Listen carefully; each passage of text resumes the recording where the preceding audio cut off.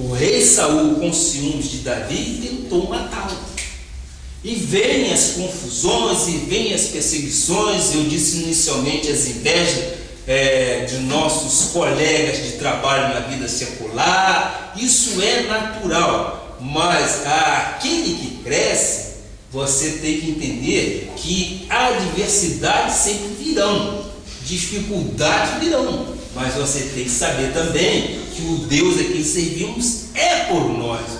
Neste caso especificamente, a gente pode ver que o rei Saul começou a ficar com ciúmes de Davi e tentou matá-lo. Versículo 11, por favor. Versículo 11, que arrojou dizendo: encravarei a Davi na parede. Ou seja, através de uma lança ele ia tentar matar Davi e colocar ele pregado na parede. Encravarei a Davi na parede. Porém Davi se desviou dele por 2 vezes. Ou seja, o rei Saul tentou por 2 vezes, acredito que através de uma lança, matar o Davi.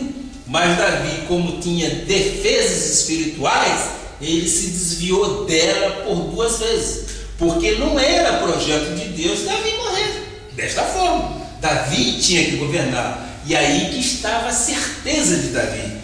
E nós, quando temos certeza que Deus tem um controle absoluto de todos e todos, de tudo e de todos, Deus nos dá os livramentos. São esses livramentos. Saul temia Davi, porque o Senhor era com ele. O Senhor era com ele. Saul queria sim matá-lo, e ele foi por várias vezes tentando. E quando Davi percebeu a artimanha de Saul querendo matá-lo, Davi se refugiou, conforme eu disse, na caverna de Adulão. Em 1 Samuel 22, versículo 1 e 2 diz, vamos ver, Davi retirou-se, lógico, ele tinha que se cuidar, ele tinha que evitar o embate, porque afinal de contas queriam matá-lo. Davi retirou-se dali e se refugiou na caverna de Adulão. Quando ouviram isso, seus irmãos e toda a casa de seu pai desceram ali para ter com ele. Quem é que não ia ficar preocupado? Principalmente os pais dele. Mesmo passando por necessidade, sendo caçado por Saul, Davi foi procurado por pessoas que também estavam necessitadas. E ele se colocou por chefe delas, porque essas pessoas, apesar de saberem que Davi estava fugindo de Saul, ele estava se escondendo para evitar o embate, foram até eles para pedir ajuda. Esta é uma boa pergunta. As pessoas foram até ele para pedir ajuda porque elas sabiam que Deus era com Davi. Esse é o segredo. Quando Deus é contigo, ninguém será contra você. Este é um princípio de vida vitoriosa. Só se pode estar preparado para reinar quando se tem compaixão dos que necessitam de ajuda, mesmo estando necessitados, que era o caso de Davi. A caverna de Adulão é um estágio de crescimento espiritual na vida do ser humano. Quando uma igreja tem reputação por pregar a justiça e a verdade de Deus, pessoas com necessidade são atraídas, porque sabem que o Senhor Jesus está no meio dessa igreja. Existe sim pessoas que chegam à igreja por apertos, pessoas que chegam a igrejas amarguradas, por vezes não estão interessadas no reino, apenas precisam de uma determinada atenção, apenas precisam de uma oração e de um estímulo do pastor. Mas logo o Senhor Jesus começa a motivá-las a fazer grande obra. São aquelas que chegam para uma oração, que chegam para uma atenção, mas logo são movidas a colocar a mão na obra, e são pessoas que terão grandes vitórias em suas vidas, porque elas foram motivadas pelo nosso Senhor Jesus Cristo. Elas não foram motivadas pelo pastor, elas foram motivadas sim pelo pastor de nossas almas, que é o nosso Senhor Jesus Cristo, criando nele ali a harmonia entre o corpo, alma e espírito. Nós não somos pessoas derrotadas, e elas começam então a sentir o gosto de reinar, porque nós somos reis e sacerdotes. Jesus também atendeu multidões de necessitados. Mateus 4, versículos 23 a 25, nós podemos verificar isso rapidamente, por favor. Mateus 4, 23 a 25, sim. Vamos ver o que diz a palavra. Percorria Jesus toda a Galiléia, ensinando nas sinagogas, pregando o evangelho do reino e curando toda sorte de doenças e enfermidades entre o povo. Versículo isso. E a sua fama correu por toda a Síria, trouxeram-lhe então todos os doentes, acometidos de várias enfermidades e tormentos, endemoniados, lunáticos e paralíticos, e ele os curou. Jesus sempre estava cercado por pessoas que necessitavam. Jesus tinha a responsabilidade, sim, de trazer benefícios àquelas pessoas. Versículo 25. E da Galiléia, Decápolis, Jerusalém, Judéia e da além do Jordão, numerosas multidões o seguiram. Meus amados,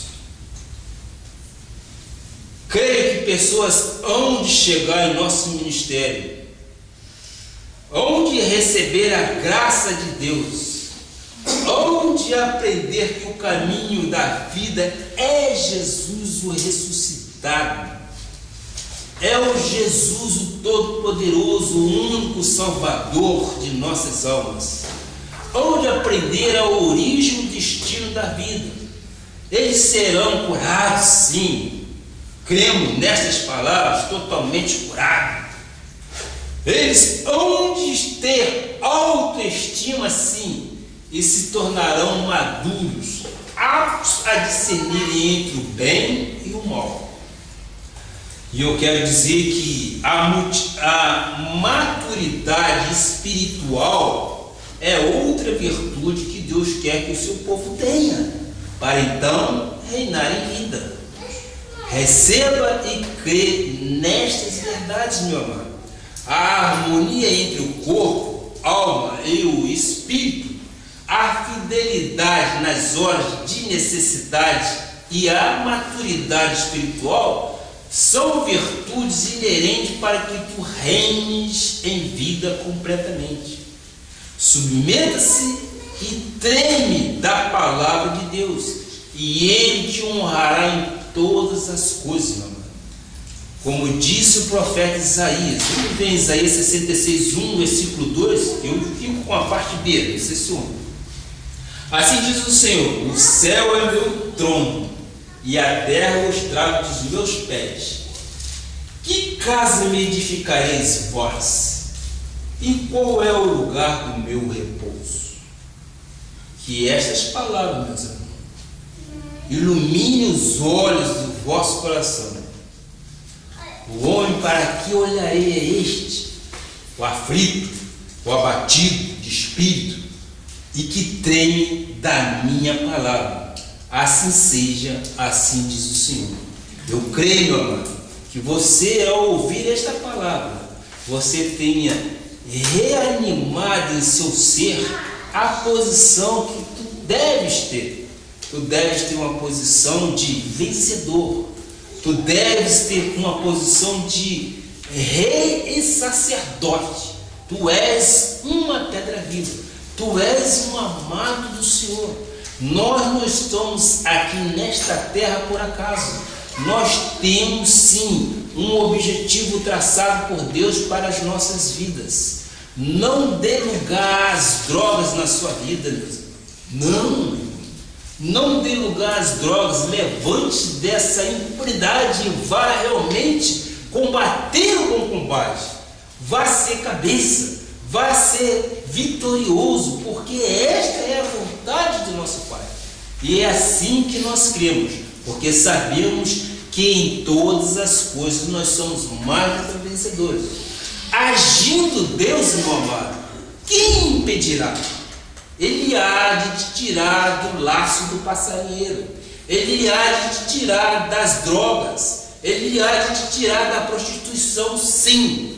Ele há de te colocar por cabeça nesta terra. E é isso que nós queremos trazer a vocês, meu.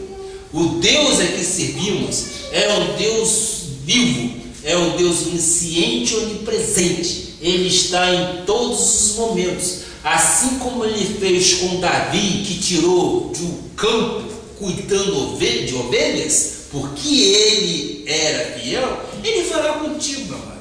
Se você está embaraçado com situações desagradáveis, Deus há de desembaraçar este nó da tua vida.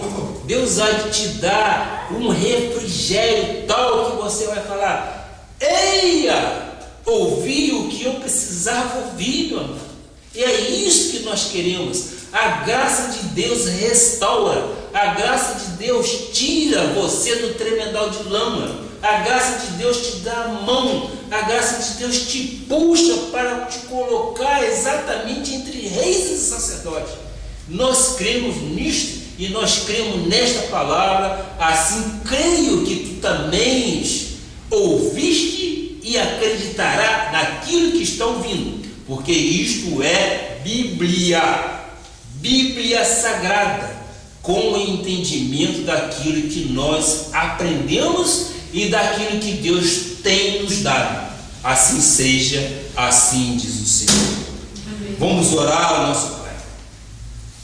Senhor Jesus Cristo, sim, meu Pai, acabamos de ver a Tua palavra, meu Pai, essa palavra que dá vida, esta palavra que edifica, esta palavra que não deixa voltar vazia. Ela encontrará corações aflitivos, ela encontrará repouso para corações que outrora estiveram cansados, sobrecarregados, Pai. Sim, a Tua palavra diz que reinamos em vida por meio de nosso Senhor Jesus Cristo, Pai. Queremos sim que as pessoas que ouviram esta mensagem recebam em seus corações que têm direito sim a reinar em vida, Pai.